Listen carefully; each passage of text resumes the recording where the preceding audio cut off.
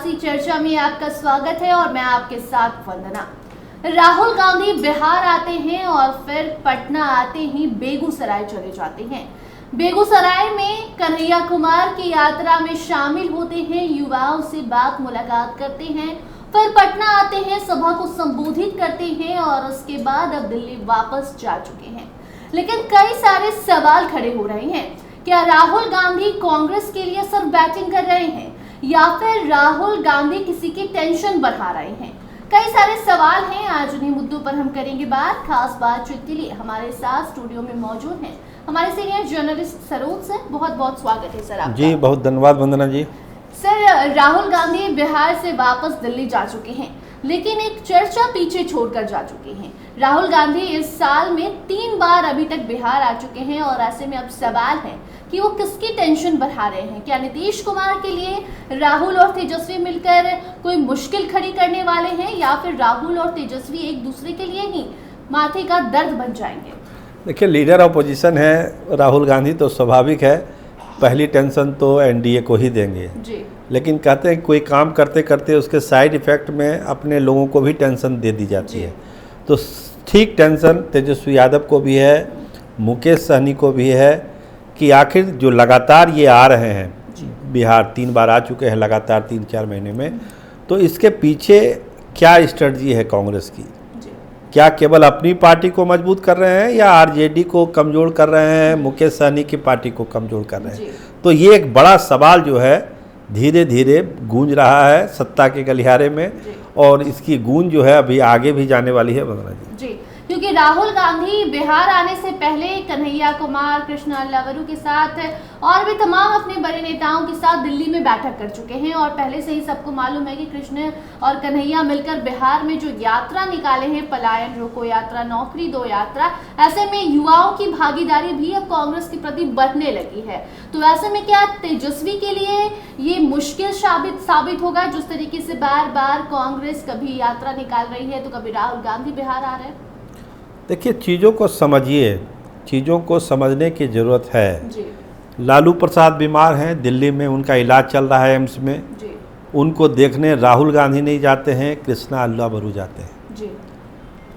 चीज़ों को उस हिसाब से देखने की ज़रूरत है। राहुल गांधी जाते तो एक बहुत ही अच्छा पोस्चर जाता कि चलो भाई, लालू यादव जैसे नेता जिनसे इतनी अच्छे संबंध हैं सोनिया गांधी जी की, उसको देखने राहुल गांधी खुद गए तो एक अच्छी बात होती, सब लोग अप्रिशिएट करते। लेकिन ऐसा नहीं हुआ, कृष्णा अल्लावरू उनको देखने के लिए गए। पटना आते हैं, जैसा आपने खुद कहा, आते के साथ बेगूसराय चले गए। कन्हैया कुमार की पदयात्रा को उन्होंने एक तरह से कांग्रेस की मुहर लगा दी। टेंशन किसकी बढ़ी? तेजस्वी यादव की। जिस कन्हैया कुमार को वो देखना नहीं चाहते हैं, उसकी पदयात्रा में राहुल गांधी पहुँच जाते हैं। तो आप जो कह रहे हैं कि तनाव किसको दे रहे हैं? तनाव तो एनडीए को दे ही रहे हैं, लेकिन साथ साथ तेजस्वी यादव को भी तनाव दे रहे हैं कि भाई इस तरह से कैसे काम चलेगा। कल आप पप्पू यादव को साथ चले जाइएगा, तब फिर क्या करेंगे तेजस्वी यादव? ये तो कहेंगे कि भाई हम अपनी पार्टी को मजबूत कर रहे हैं, लेकिन इसका साइड इफेक्ट तो तेजस्वी यादव को पड़ रहा है। एक तस्वीर निकलकर सामने आई थी, राजेश राम और तेजस्वी यादव की मुलाकात हुई, उस पर आपकी क्या राय है? ये किस ओर इशारा करती है? देखिए, ये तो एक मुलाकात थी, क्योंकि जब से ये बने थे प्रदेश अध्यक्ष तब से उनकी मुलाकात नहीं हुई थी। तो एक तो प्रोटोकॉल में उनको जाना था, वो चले गए, और गठबंधन को लेकर जो बहुत सारे कन्फ्यूजन थे उसको दूर करने की कोशिश की गई। लेकिन उसमें भी एक पेच फंस गया कि मुकेश सहनी के यहाँ वहाँ नहीं गए वो जी।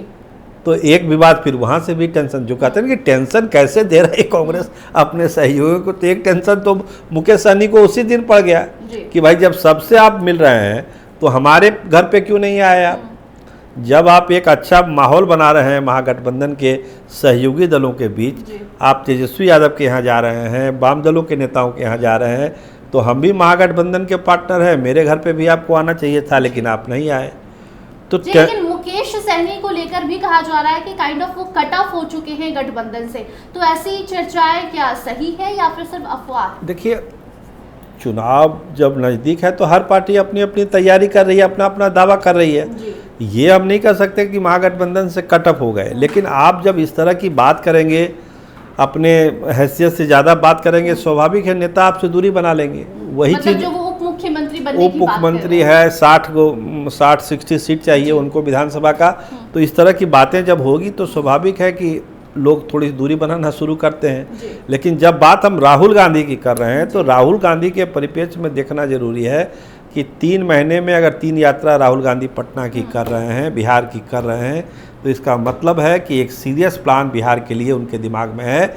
और आज उनके तमाम भाषणों पर गौर करिए वंदना जी, बार बार उन्होंने कहा कि बिहार में कांग्रेस का रोल बदलने वाला है, जो गलती हुई सो हुई, अब कांग्रेस उन गलतियों को बिहार में नहीं दोहराएगी। जी, दलितों की खासकर कांग्रेस के द्वारा बात की जा रही है। वो तो राजेश राम को जब प्रदेश अध्यक्ष बनाया गया, जिला अध्यक्षों का गठन हुआ और दिल्ली में मीटिंग की गई, उसके बाद ही ये कहा जा रहा था कि दलितों पर, दलित वोट बैंक फिर से कांग्रेस अपने पाले में करने की पूरी कोशिश कर रही है। और आज ये क्लियर भी हो गया है। जब राहुल गांधी पटना में भाषण दे रहे थे उस दौरान उन्होंने दलितों पर जोर दिया है। तो ऐसे में ये जो दलित वोट बैंक है ये कांग्रेस की तरफ झुकेगा तो तेजस्वी की मुश्किलें बढ़ेंगी और इसका आने वाला चुनावी परिणाम क्या? देखिए, आज भी राहुल गांधी ने यही बात कहा कि जो दलित वर्ग से हैं, अल्पसंख्यक वर्ग से हैं, दबे कुचले हैं, पिछड़ा है, अति पिछड़ा है, उनको हम लोग समेटेंगे, गोलबंद करेंगे।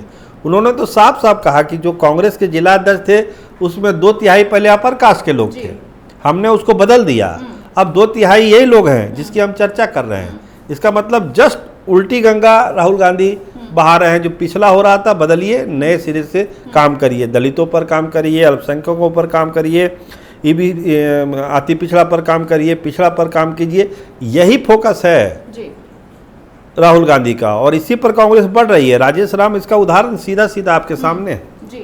जी, ऐसे में कांग्रेस की तरफ से जब राहुल गांधी बिहार आते हैं, इसके ठीक पहले राजेश राम की मुलाकात तेजस्वी से होती है और साथ साथ जब राहुल गांधी भाषण भी दे रहे थे तो एक उनका शब्द था गठबंधन, और गठबंधन में दलितों को हम ऊपर रखेंगे। ऐसे में गठबंधन को लेकर कोई क्वेश्चन आज तो नहीं उठा है, लेकिन अब सवाल ये है कि राहुल गांधी ने जिस तरीके से कन्हैया कुमार को चुनाव के लिए तैयार कर दिया है, चुनावी मैदान में हम कह सकते हैं उतार दिया है। ऐसे में पप्पू यादव भी कांग्रेस के लिए खूब आगे बढ़ चढ़कर बोलते हैं, कई बार तो तेजस्वी के खिलाफ भी बोल जाते हैं। तो ये क्या माजरा है? क्या कांग्रेस पप्पू यादव को चुप कराएगी या फिर पप्पू यादव के साथ होकर तेजस्वी को साइड करना? यही बस सबसे बड़ी टेंशन जो तेजस्वी यादव के सामने है, यही सबसे बड़ी टेंशन है कि कन्हैया तक तो ठीक है, लेकिन अगर पप्पू यादव के किसी कार्यक्रम में अगर राहुल गांधी चले गए तब फिर क्या होगा? तब गठबंधन बचेगा कि नहीं बचेगा महागठबंधन, ये तब बड़ा सवाल पैदा हो जाएगा। जी, बहुत बहुत धन्यवाद। जी, बहुत धन्यवाद आपका।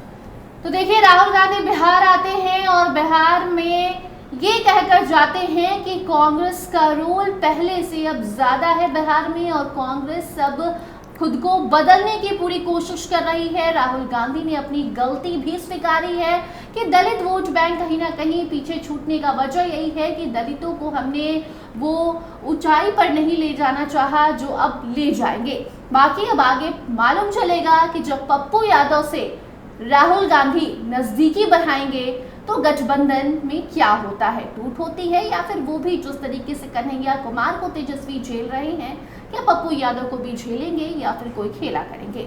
इन मुद्दों पर आपकी क्या राय है? कमेंट सेक्शन में जरूर बताइए। देखते रहिए स्टार टीवी बिहार।